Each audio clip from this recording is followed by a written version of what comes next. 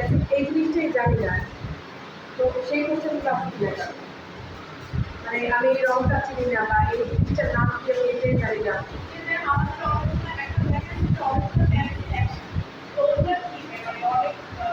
তাহলে এগুলো আমাদের ইমেল সাথে আবার খুবই করি।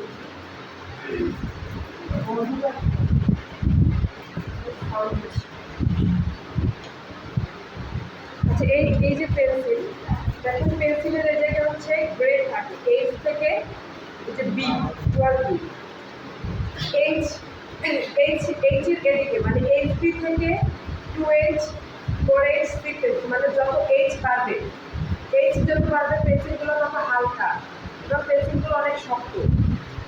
পেন্সিলগুলো কি একটা গ্রাফাইট কার্বনের একটা, তো সেই গ্রাফাইটটা হালকা থাকে যত হচ্ছে এইচ বাড়ে, আর যত বি বাড়ে ওর ইন্টারেস্টটা তত বাড়ে।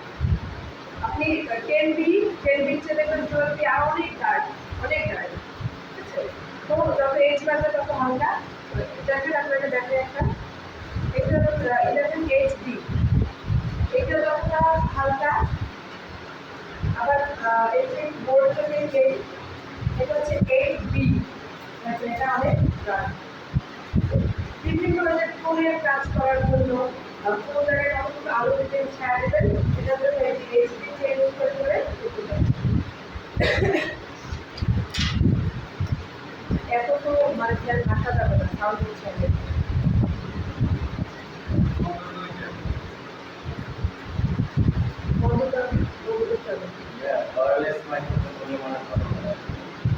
ওয়্যারলেস হচ্ছে এটা একটু সাউন্ড কোয়ালিটি ভালো আছে, একটু স্ট্যান্ডার্ড পিছনের জন্য এইটা আমার বুঝতে হবে না বাড়িটা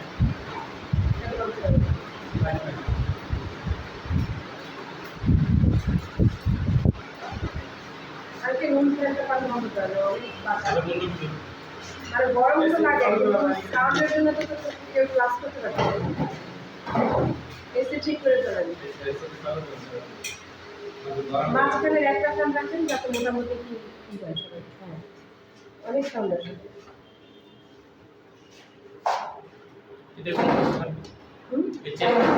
হ্যাঁ চেয়ারটা একটু এখানে সেট করবেন।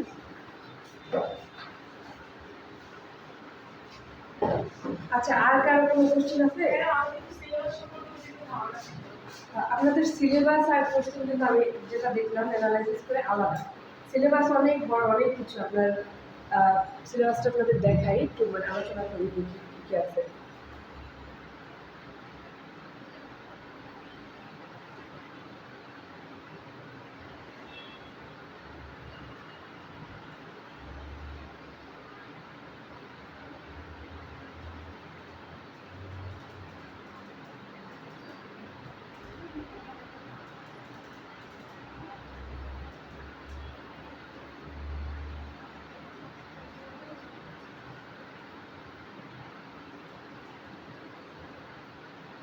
সিলেবাসের একটা প্রথম টপিকটা ছিল হচ্ছে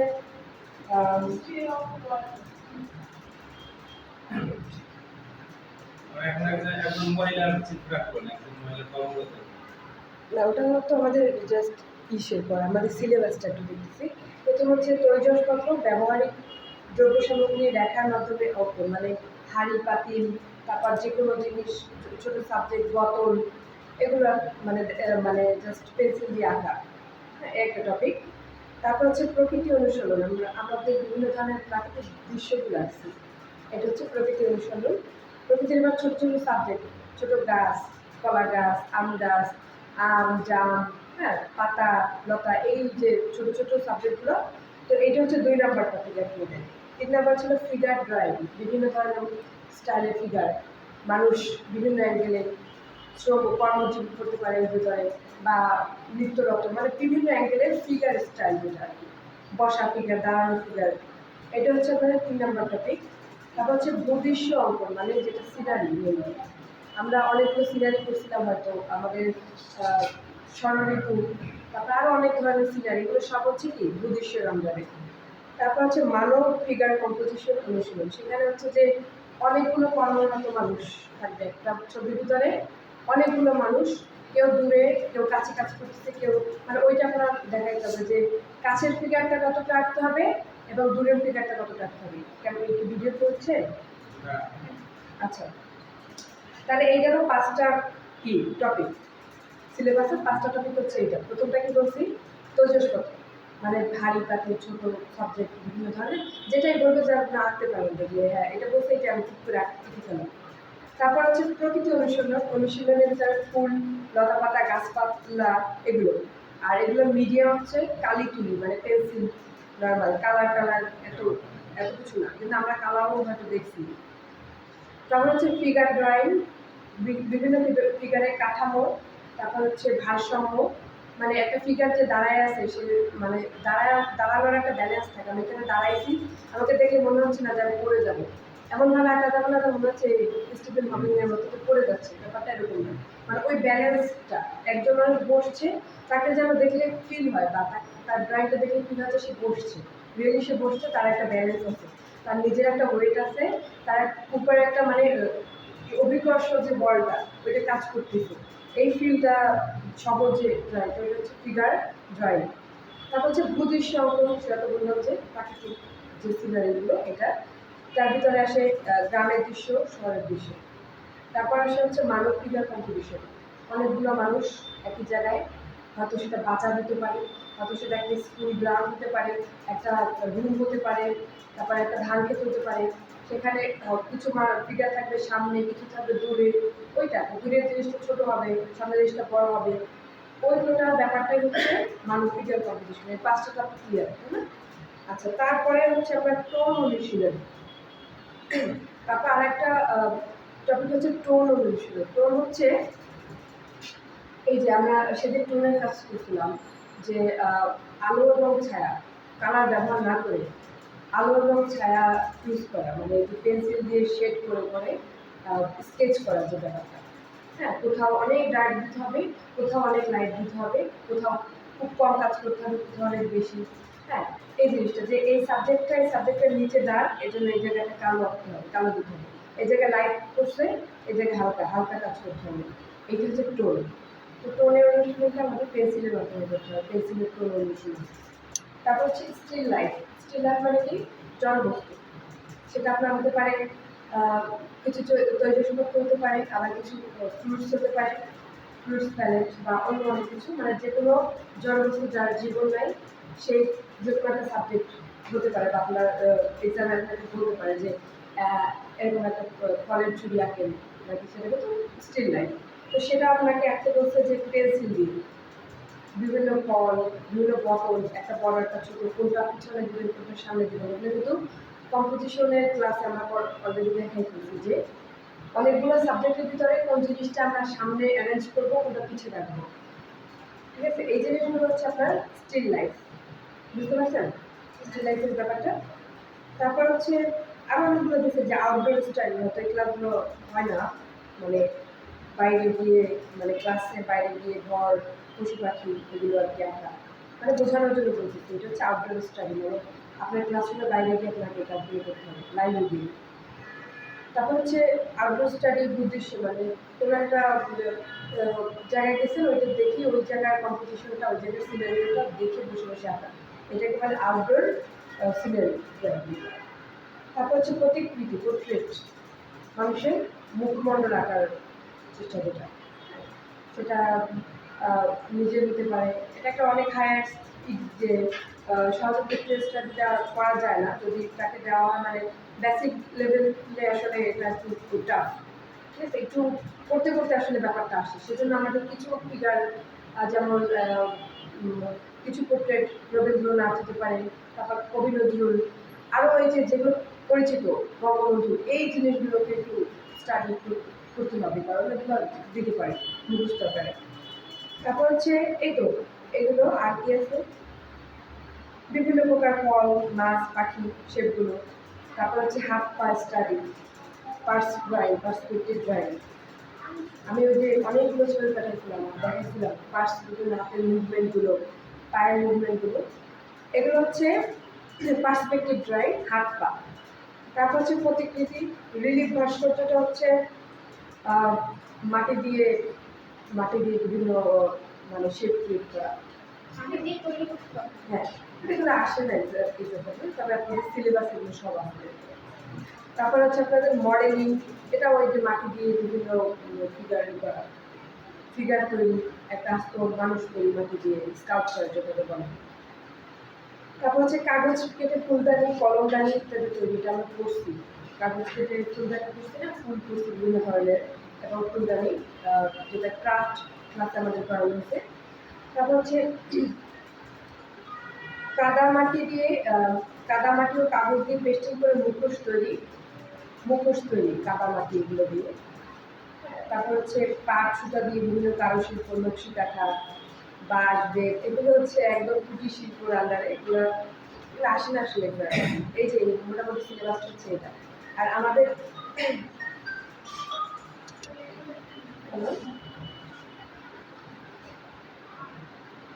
হ্যাঁ, জি জি, 4টায় ক্লাস হতো।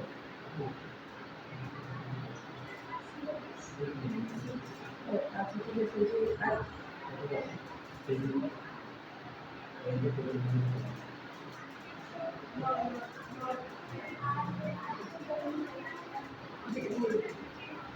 জি, আজকে আসেন, আজকে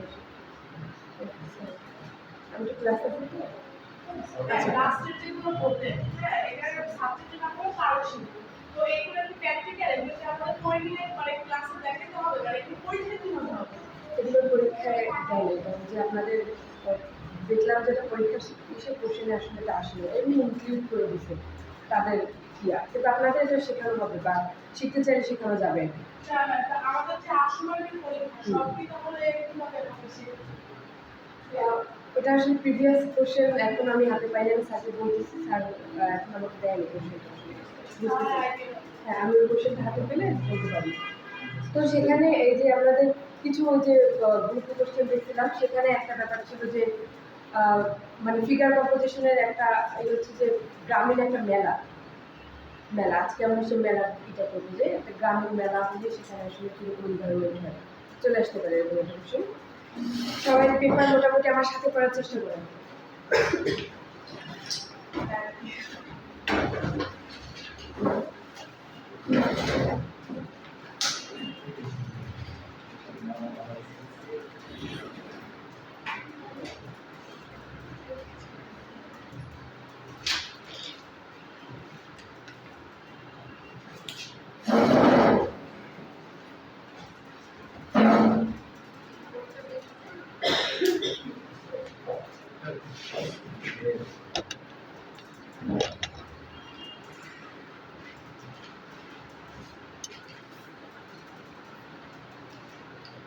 দেখা যায় সবাই দেখতে পাচ্ছেন। আচ্ছা, একটা গ্রামীণ মেলা মূলত বলতে মানে কি কল্পনায় কি আসে, কি কি ব্যাপারগুলো আসে বলেন?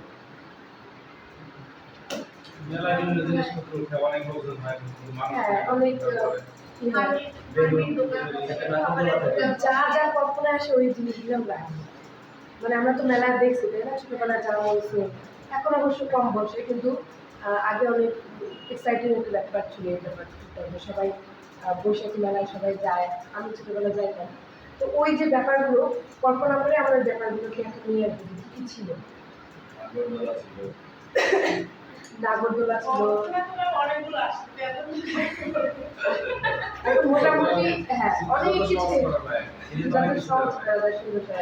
আচ্ছা, তাহলে আমি মানে সেখানে যেতে পারি যে যাত্রাপালা হয়, একটা ব্যাপার যাত্রাপালা হয়, নাগরদোলা হয়, তারপরে পুতুল টুতুল নিয়ে বসে, তারপরে বেলুন নিয়ে বসে, এরকম কিছু ব্যাপার নিয়ে আসবে মানে যাতে বোঝা যায় যে তো সবাই শুরু করেন, যদি যার মন চায় যে অন্য কিছু অ্যাড করতে চাইলে অ্যাড করতে পারেন, সমস্যা নেই।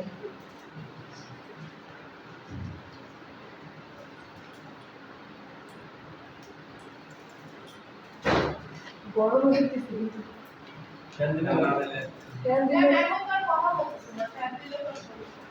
খুব গরম।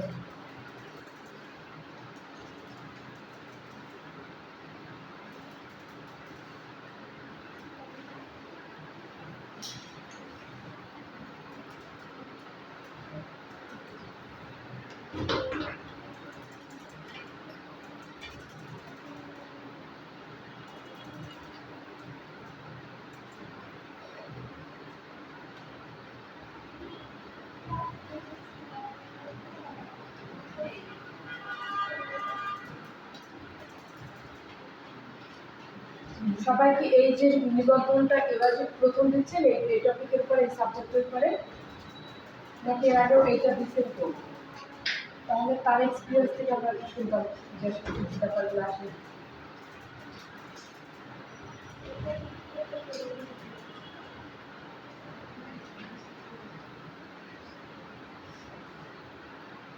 আমি এখানে একটা বট গাছের মানে চারপাশে স্টেজের মতো একটা আছে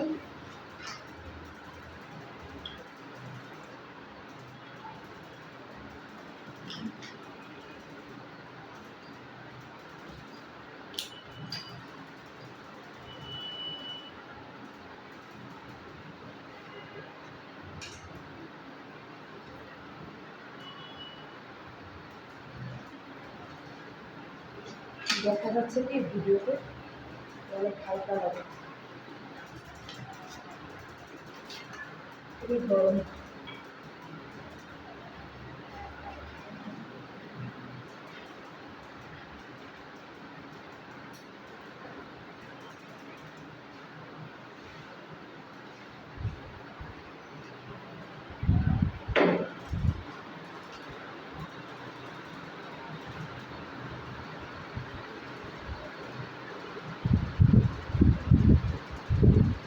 সবাই একটু আঁকেন